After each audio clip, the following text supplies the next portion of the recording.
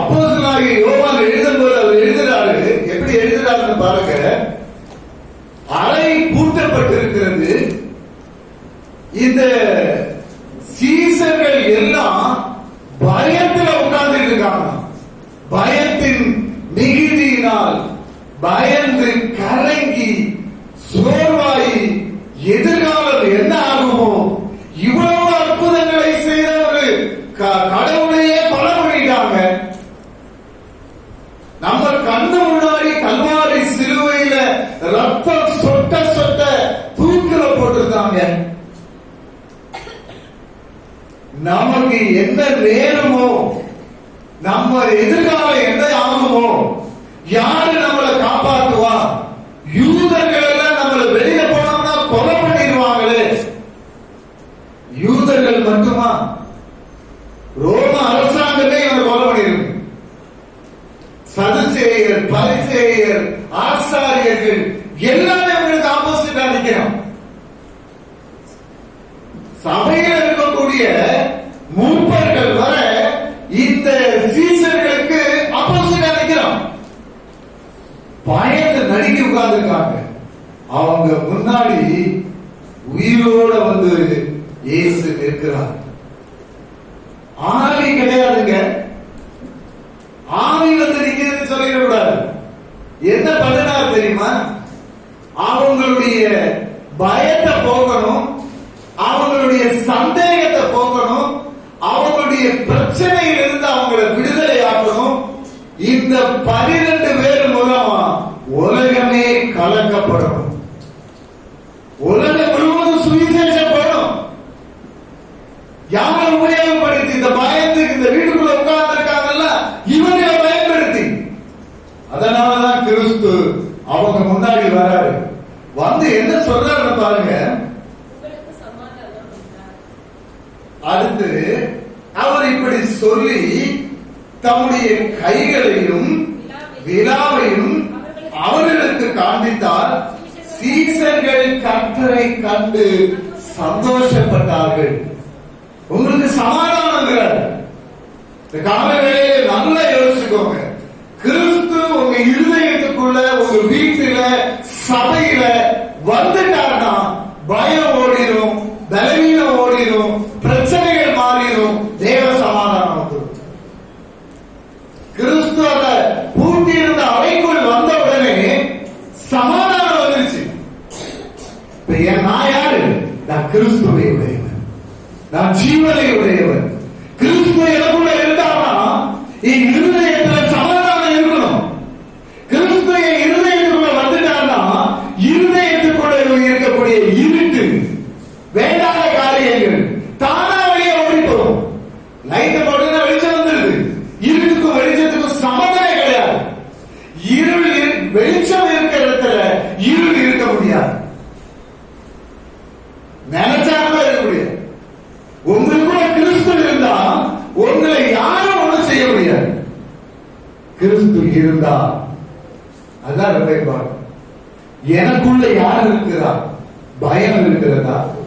பலவீனம் இருக்கிறதா? பிரச்சனை இருக்கிறதா? இல்லைன்னா வேற ஏதாவது குழப்பத்தில் நான் உட்கார்ந்து இருக்கிறானா? பொறாமை, கண், அவன் அப்படி இருக்கானே, அவன் இப்படி இருக்கிறானே, அவன் நல்லா படிக்கிறானே, எனக்கு முடியலையே, நான் எனக்கு பணம் இல்லையே, எனக்கு அது இல்லையே, எனக்கு கார் இல்லையே, பணம் இல்லையே. மனுஷன் அதுக்கு பின்னாடிதான் ஓடிட்டு இருக்கான். அதனாலதான் இந்த ஆண்டவர் அந்த மலை பிரசங்கத்துல பேசும்போது சொல்றாரு, எண்ணத்தை உண்போம், எண்ணத்தை குடிப்போம், எண்ணத்தை உடுத்துவோம் என்று கவலைப்படாதிருங்க. இதெல்லாம் அஞ்ஞானியை நாடி தேடுகிறான். எத்தனையோ 2000 ஆண்டுகளுக்கு முன்பாக ஆண்டவர் இப்ப வரக்கூடிய இந்த ஜனங்களுடைய மனசை தெரிஞ்சு எவ்வளவு கிளீனா எழுதி வச்சிருக்காங்க பாருங்க. நீங்க யோசிச்சு பாத்தீங்கன்னா, எண்ணத்தை உண்போம், எண்ணத்தை குடிப்போம், எண்ணத்தை உடுத்துவோம், இதுக்குள்ள எல்லாம் அடங்கிடும். மனுஷனுடைய வாழ்க்கையே அதுக்குள்ள அடங்கிடும். இதைத்தான் நம்ம ஏதாவது ஒரு இதுல அதுல போய் நிற்போம். நம்ம பிரச்சனை எங்க இருந்து வருதுன்னா எங்க இருந்துதான் வரும். கவலை வந்துடும். இது மூணை வச்சு ஆண்டவர் அவங்களோட வராது. இவங்களை பயன்படுத்தணும், இவங்க மூலமா பெரிய காரியம் செய்யணும். அதனால முதல்ல இவங்க என்ன பண்ணணும்? சரி பண்ணணும்னு ஆண்டவர் காலங்களில் அப்படிதான் உங்கள்கிட்ட வந்திருக்கிறார்.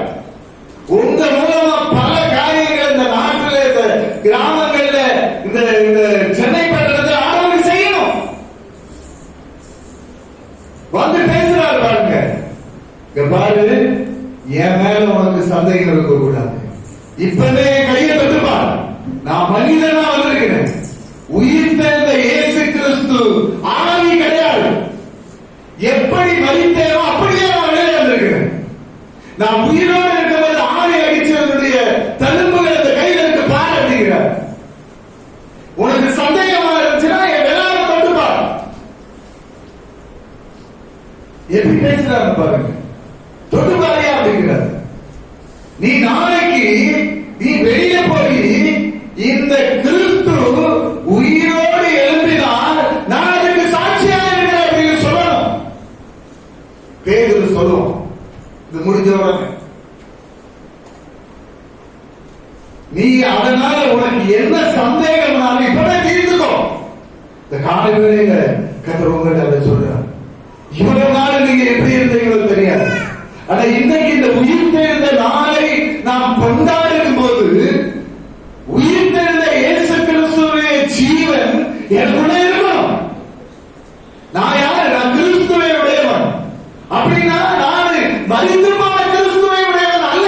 உயிரோடு எழுந்தின அந்த உயிர் தெரிந்த கிறிஸ்துவின் ஆவி எனக்குள்ள இருக்கிறது. நான் ஒரு சாதாரணமான ஆளே கிடையாது. அப்படிங்கக்கூடிய ஒரு உணர்வு எனக்கு வரணும். அப்பதான் என்னுடைய மனதில் மாற்றம் வரும், என்னுடைய சிந்தையில மாற்றம் வரும், என்னுடைய எண்ணங்கள்ல மாற்றம் வரும். என்னை ஆண்டவர் அழைத்து இருக்கிறார். 800 கோடி ஜனம், ஒருத்தர் 2 பேரா? தமிழ்நாட்டில் 8.5 கோடி ஜனம். இப்ப 9-10 கோடி வந்திருக்குங்கிறாங்க. அவ்வளவு பேருக்கு மத்தியில உங்களை தெரிஞ்செடுத்து உங்களை பேசிட்டு இருக்கிறாங்கன்னா அப்ப உங்க மேல எவ்வளவு கரிசனையா ஆண்டவருக்கு இருக்குது. அடுத்த வசனத்துல ஆண்டவர் என் கையை பாரு, காலை பாரு, காலை தொட்டு பாரு, எனக்கு ஆணி அடித்த இடத்த பாரு, இதெல்லாம் சொன்னதுக்கு அப்புறமா கர்த்தரை கண்டு அப்பதான் அவன் கண்ணு திறந்திருக்குது. சந்தோஷப்பட்டாங்களாம். பயம் போயிருச்சு, திகில் போயிருச்சு, எதிர்காலம் என்ன நடக்குங்கிற பயம் எல்லாம் அவனோடு போயிருச்சு. இப்ப ஆண்டவரை பிடிச்சுக்கிட்டான். சந்தோஷம் அவனுக்குள்ள வந்துருச்சு. இந்த காலை வேளையில உங்களுக்குள்ள இங்கிருந்து போகும்போது சந்தோஷத்தோட போகணும். இயேசு மறுபடியும் அவர்களை நோக்கி, உங்களுக்கு சமாதானம் உண்டாவதாக, பிதா என்னை அனுப்பினது போல நானும் உங்களை அனுப்புகிறேன் என்று சொல்லி அவர்கள் மேல் ஊதி பரிசுத்த ஆவியை பெற்றுக் கொள்ளுங்கள் சொல்லிட்டு என்ன செய்யறாருன்னு பாருங்க. அடுத்த வசனத்தை பாருங்க. எவர்களுடைய பாவங்களை நீங்கள் மன்னிக்கிறீர்களோ அவைகள் அவர்களுக்கு மன்னிக்கப்படும். எவர்களுடைய பாவங்களை நீங்கள் மன்னியாது இருக்கிறீர்களோ அது அவர்களுக்கு மன்னிக்கப்படாது. இது ஒரு பயங்கரமான ஏரியா. அவங்களுக்கு ஒரு பெரிய பாடம், ஒரு கிளாஸ்ல பிள்ளைகளை உட்கார வச்சு டீச் பண்றது மாதிரி ஆண்டவர் அந்த சீஷர்களுக்கு டீச் பண்றாரு. இவ்வளவு சொல்லிட்டு வந்து நீங்க ஒரு வசனத்தை வாசிச்சுட்டு வருவோம். அப்பதான் இது உங்களுக்கு கொலோசியர் 2:14-15. கொலோசியர் 2வது அதிகாரம் 14-15. நமக்கு எதிரிடையாகவும் கட்டளைகளால் நமக்கு விரோதமாகவும் இருந்த கையெழுத்தை குறைத்து அதை நடுவில் இராதபடிக்கு எடுத்து சிலுவை மேல் ஆணி அடித்து துரைத்தனங்களையும் அதிகாரங்களையும் உரிந்து கொண்டு வெளியரங்கமான கோலமாக்கி அவைகளின் மேல் சிலுவையில் கர்த்தராகிய இயேசு வெற்றி சிறந்தார். பயத்துக்கு பின்னாடி யாரு? பிசாசு. பிரச்சனைகளுக்கு பின்னாடி யாரு? பிசாசு. எல்லாம் தான் யாரை விழுங்கலாம் என்று வகை தேடி சுற்றி திரிகிறான். இந்த பிசாசையும் அவருடைய துணைத்தனங்களையும் அவருடைய அதிகாரங்களையும் வெளியரங்கமாக்கி அதை உறிஞ்சி அவன் தலையை நசுக்கி ஆண்டவராகிய கர்த்தராகிய இயேசு 3ஆம் நாளிலே வெற்றி சிறந்தார். எப்படி வந்து முன்னாடி இருக்கிறார்கள்? வெற்றி சிறந்தவராய் அதிகாரம் படைத்தவராய், எல்லா அதிகாரங்களையும் உடையவராய் யார் முன்னாடி வந்து நிற்கிறாரு? இந்த சீசர்கள் மத்தியில வந்து ஆண்டவர் நிற்கிறார். சாதாரண ஒரு கிறிஸ்துவா அல்ல. துரைத்தனங்கள், அதிகாரங்கள், துரைத்தனங்கள் அதிகாரங்கள் தான் எல்லாத்தையும் செய்யும். அது ஒரு ஆவி, பிசாசின் தந்திரம். கர்த்தராகிய ஆண்டவர் அவர் வேத வாக்கியங்களின்படி ஸ்திரீயின் வித்தில் இருந்து பிறக்கிற அந்த ஸ்திரீயின் வித்து உன்னுடைய தலையை நசுக்கினார், வெற்றி சிறந்தார். உங்களுக்காக எனக்காக கல்வாரி சிலுவையிலே கர்த்தராகிய ஆண்டவர் வெற்றி சிறந்தார். பாவங்களை எல்லாம் அவர் சுமந்து தீர்த்து விட்டார். சாபங்கள் எல்லாம் சுமந்து தீர்க்கப்பட்டது. நான் பாவத்துக்கு செத்து நீதிக்கு பிழைத்திருக்கும்படி அவர் தம்முடைய சரீரத்திலே என்னுடைய பாவங்களை எல்லாம் கல்வாரி சிலுவையிலே சுமந்து தீர்த்தார். எல்லாம் முடிந்தது. அந்த ஆண்டவராகிய கிறிஸ்து இப்ப இந்த சீசர்கள் முன்னாடி இருந்து சொல்லுகிறார், என்னை பிதா அனுப்பினது போல. பாருங்க, வசனம் ரொம்ப இம்பார்ட்டன்ட். பிதா என்னை அனுப்பினது போல நானும் உங்களை என்ன செய்கிறேன்? அனுப்புகிறேன். அப்ப அவங்க எதுக்கு தரிசனமானார்? எதுக்கு அவங்களை கூடவே நடத்திக்கிட்டு இருந்தார்? எதுக்கு இதெல்லாம் பண்றாரு? அவர் என்ன நோக்கத்தோடு இந்த உலகத்துல வந்தாரோ அந்த நோக்கத்தை அவருக்கு அப்புறமா அதை நிறைவேற்ற அவருக்கு யார் தேவை? ஆட்கள் தேவை. இந்த 12 பேர் மேலையும் அவர் என்ன பண்றாருன்னா ஊதி அவருடைய பரிசுத்த ஆவியானவர் அவர் மேல ஊதுறார். நல்லா யோசிச்சு பாருங்க. ஆவியானவரை அவர்களுக்குள் ஊதினார். அப்ப அவங்க கண்கள் எல்லாம் திறக்கப்படல. ஆவியானவர் ஊதிட்டாரு, ஆனா அவங்க மனக்கண்கள் திறக்கப்படல. அதுக்கப்புறம் தான் பேதுரு என்ன பண்ணுவானா, இந்த வேற ஒரு 4-5 பேரை கூட்டிட்டு 6 பேரா மீன் பிடிக்க போவான். திரும்பவும் ஆண்டவர் இந்த பேதுருவை தேடி அங்க போவார், கடலுக்கு போவார். அடுத்த 21வது அதிகாரத்துல அது இருக்கு. 1வது வசனத்திலிருந்து வார்த்தை பாசிட்டீங்கன்னா இருக்கும்.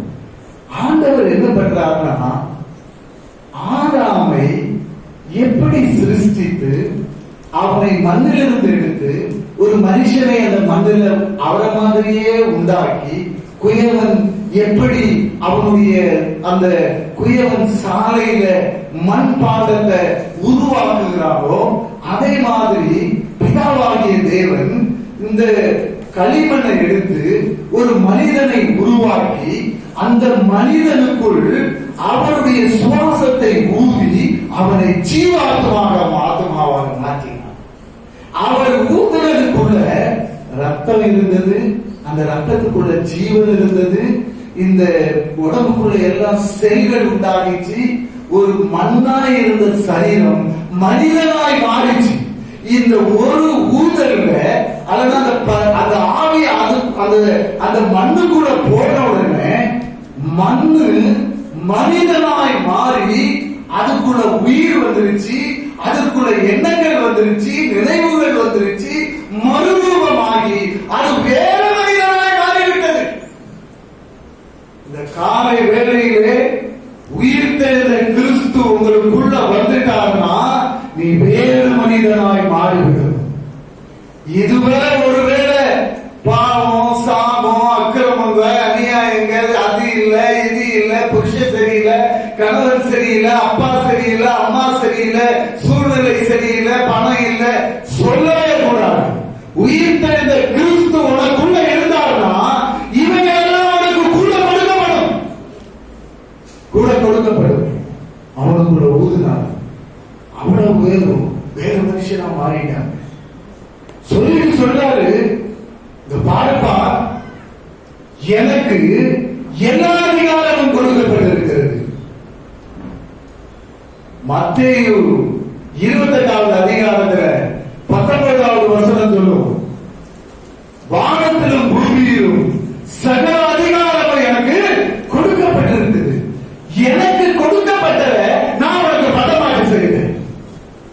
எனக்கு என்ன கொடுக்கப்பட்டதுன்னா இந்த துறைத்தனங்கள், அதிகாரங்கள் இதையெல்லாம் உரிந்து கொண்டு வெளியரங்க கோலமாக்கி நாம் வெற்றி சிறந்து சாத்தானையும் அவனுடைய சைனியத்தையும் நிர்மூலமாக்கி அவன் தலையை நசுக்கி பிதாவாகிய தேவன் என்ன சொன்னாரோ அதை செய்து முடித்தவராய் வெற்றி சிறந்து உயிர்த்தெழுந்த கிறிஸ்துவுக்கு பிதாவாகிய தேவன் எல்லா நாமத்துக்கும் மேலான நாமத்தை கொடுத்தான். அந்த நாமத்துக்கு முன்பாக வானோர், பூதலத்தோர், பூமியின் கீழானோ எல்லாருடைய வழக்காடுகளும் முடங்கும். எல்லாருடைய நாமும் இயேசுவே ஆண்டவர் என்று அறிக்கப்படும். அந்த நாமத்தை கிறிஸ்துவுக்கு ஆண்டவர் கொடுத்தார். அந்த நாமத்தை கிறிஸ்து உங்களுக்கு எனக்கு கொடுத்திருக்கிறார். அவர் சொல்லுகிறார், என் நாமத்தினால நீ எதை கேட்டால் அதை நான் உனக்கு தருவேங்கிறார். இந்த பரிசுத்த ஆவியானவரை நான் உனக்கு கொடுத்திருக்கிறேன்.